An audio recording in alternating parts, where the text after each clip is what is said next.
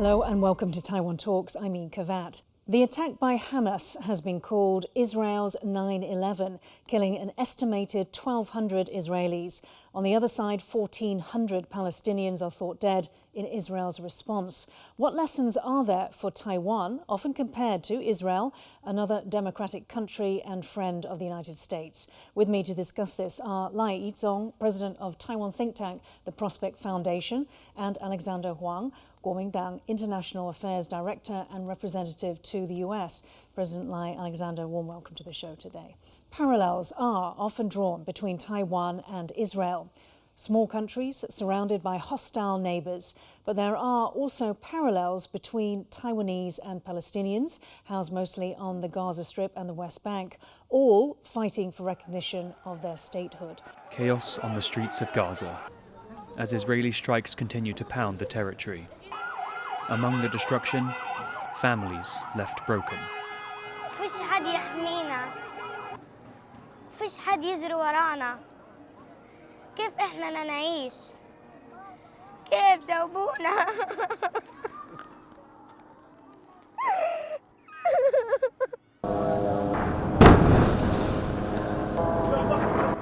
A conflict that's been brewing for decades is entering a deadly new phase, displacing millions of civilians, many of them children. Gaza is home to a disproportionate number of minors, with almost half of its over 2 million population under 18 years old.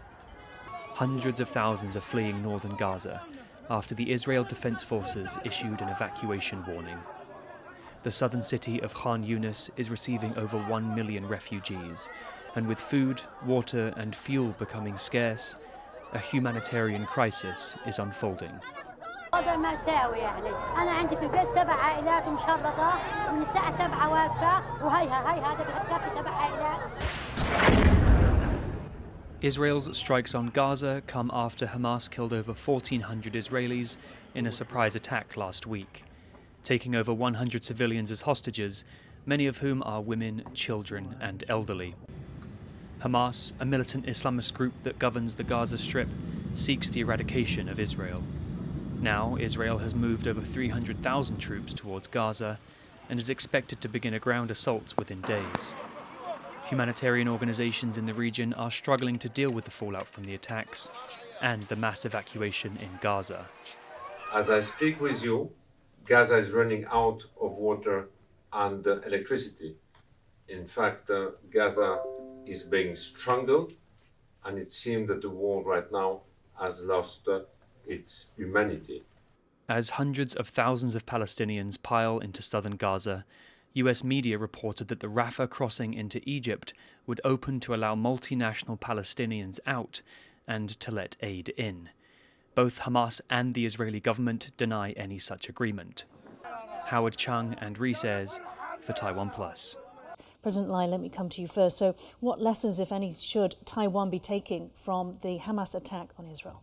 I think the parallel that for Taiwan, that can be both for the Hamas and also for the Israel. That means that it really depends on each individual, their own judgment about what they want to put Taiwan in the positions. And talking about the Israel and Palestinian issues, right now it's way beyond the 1947 about the establishment of statehood and how the Palestinian people will be resettled. Right now we saw a lot of bloodshed, revenge, the killings for over 7 decades. So the issue right now for Taiwan is to avoid to put itself into that situation.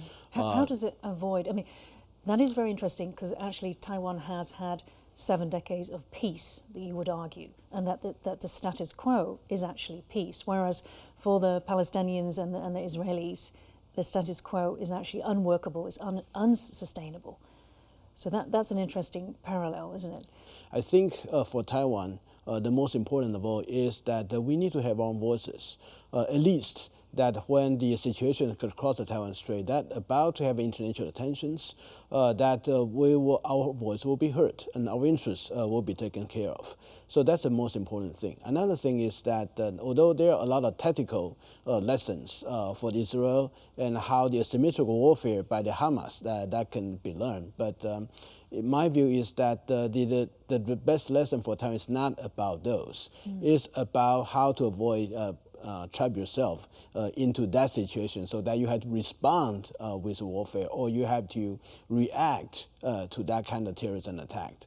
And right now, at least we still have peace, although it's very fragile, and also being coerced by China every day. But at least that we need to learn from those and repel and avoid the situation like what happened to Israel and Palestine, what happened in the Taiwan Straits. Israel, of course, is surrounded by hostile neighbors, but compares to the immediate neighbors, Israel has been the strongest military power in that small region, and Israel has a better living standard. So the real thing that brought about this tragedy at the strategic level, I would say that the fail of the two-state arrangement that sponsored by the big powers that make the arrangement very unlikely any time soon.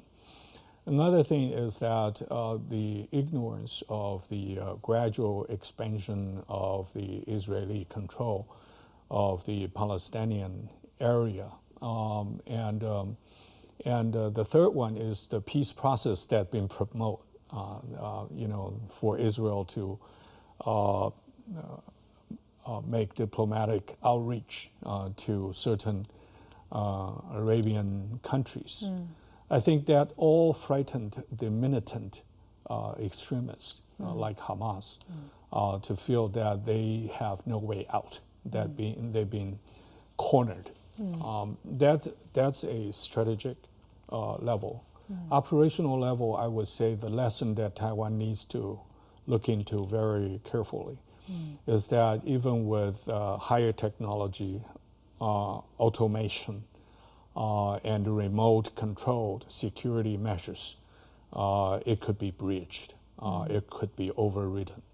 So the intelligence capabilities. Right. Those issues are very, very clear that we need to keep in mind. And President Lai, Chinese state media is interesting that the role that it is playing in this Hamas-Israel attack is quite similar to what we saw them doing for Russia in the invasion of Ukraine, in that China is very firmly accusing the US of fueling the tensions, fueling this sort of crisis. So should we interpret this, how should we interpret this parallel? Are there further parallels? I think the Chinese accusations really have no ground.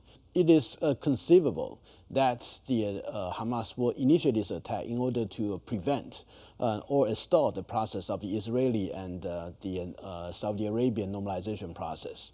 So that the U.S. is actually on the losing side about it, because we do know that the United States is behind the scene and trying to propel this normalization process. And China is actually a beneficiary of the normalization process there, because China initiated and helped to orchestrate the Saudi Arabia and the Iran normalization, the normalization process, and Saudi Arabian-Iran normalization process. To a certain extent, it will extend Iran's influence in this region, which also is to a Chinese interest. So that Hamas attack, in the end, serve a longer term the Chinese interest in the Middle East and deter the United States' strategic planning there. And China actually accused the United States for fomenting the Hamas attack. So I think that this is really the whole logical standpoint is turning upside down. I do not see anything that the Chinese accusation has ground. And on the contrary, if the United States accuse China as fomenting this violence, then there are conceivable reasons that China will be benefited by this process. Although I do not say that China is actually fanning and initiate this Hamas attack. That's interesting, yeah. So Alexander. If we are in a seminar, of course, policy observers can, trace all kinds of, reasons, factors. But I agree with I-chung that so far for the open sources that we do not see a direct fingerprint of the great powers that encourage Hamas attack or try to lead the current conflict into such development. In fact, the US has, and also Israel, been quite careful in not saying that Iran was behind the attack.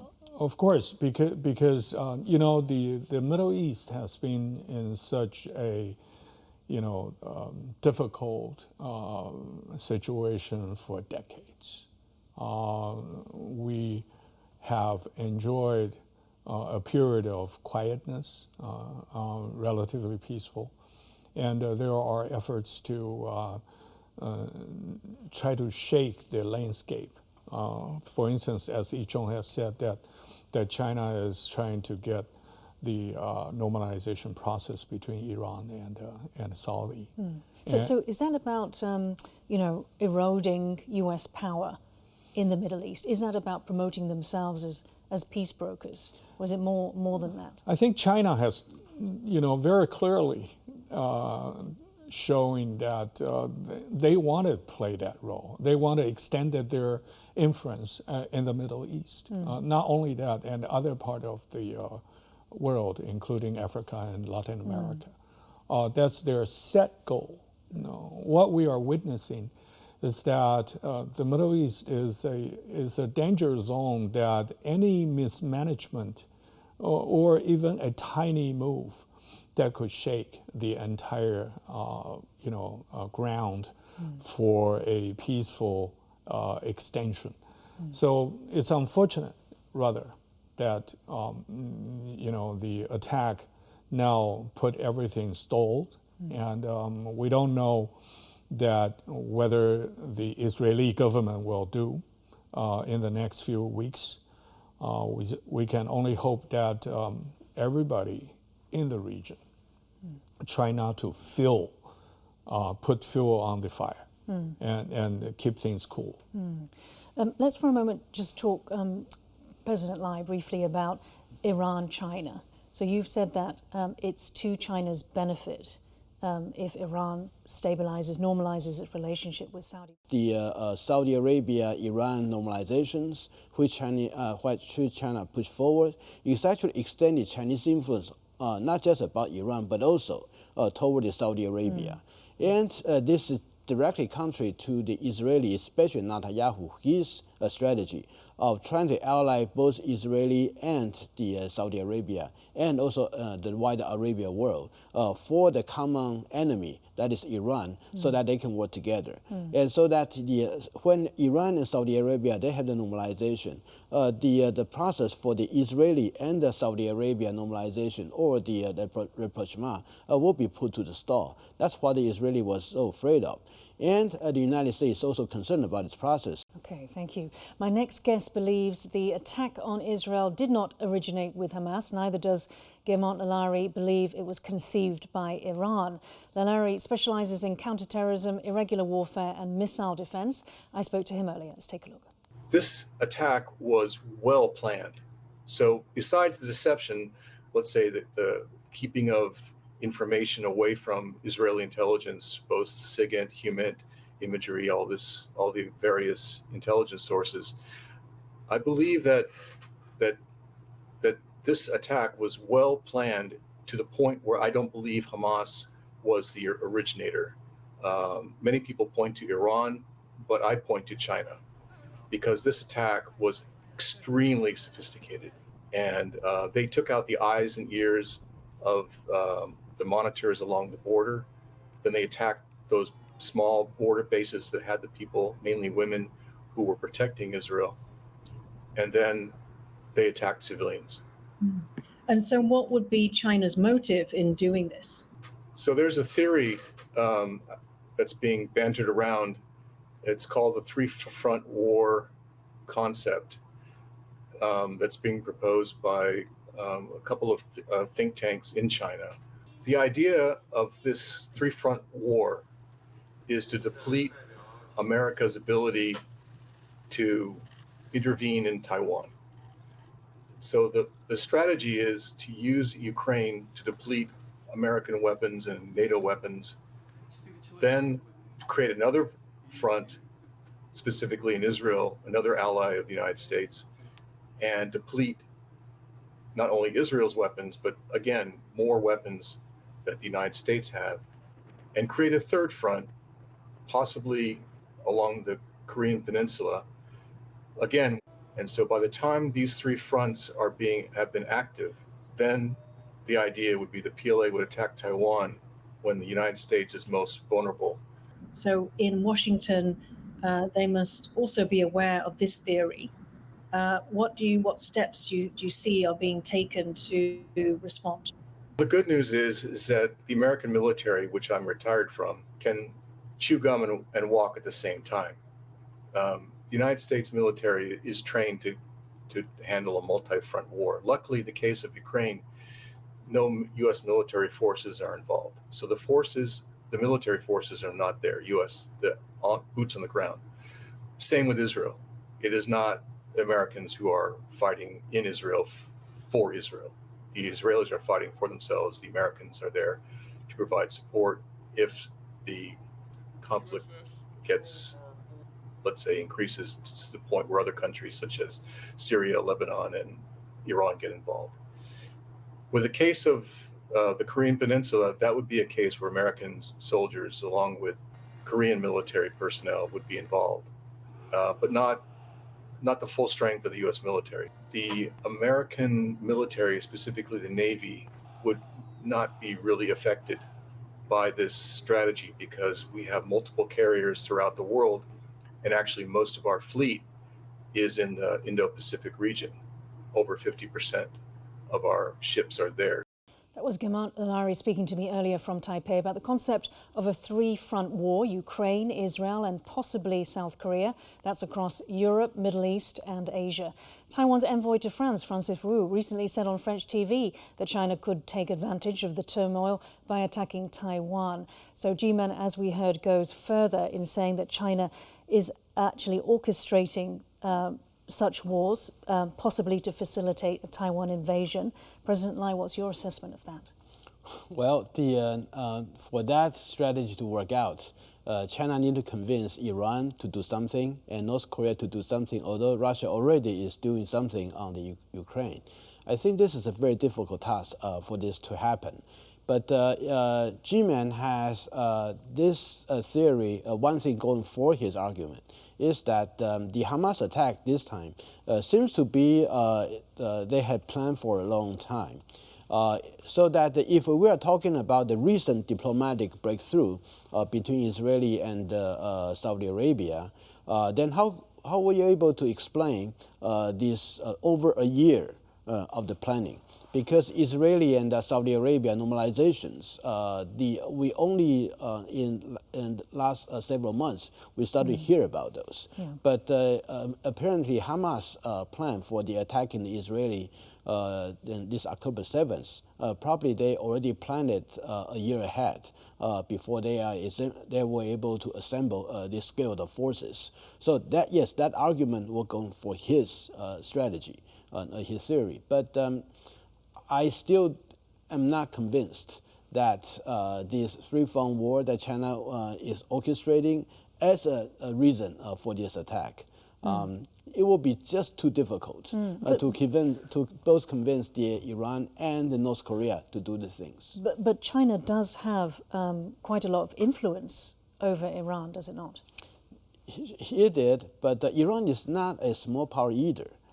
Iran itself has oil. And Iran is a very strong power, especially after the 9/11 terrorism attack. The geopolitical landscape in the Middle East started to turn toward the favor of Iran, because Iran, diplomatic influence started to spread not just within Iran, but also to the Iraq, even Syria.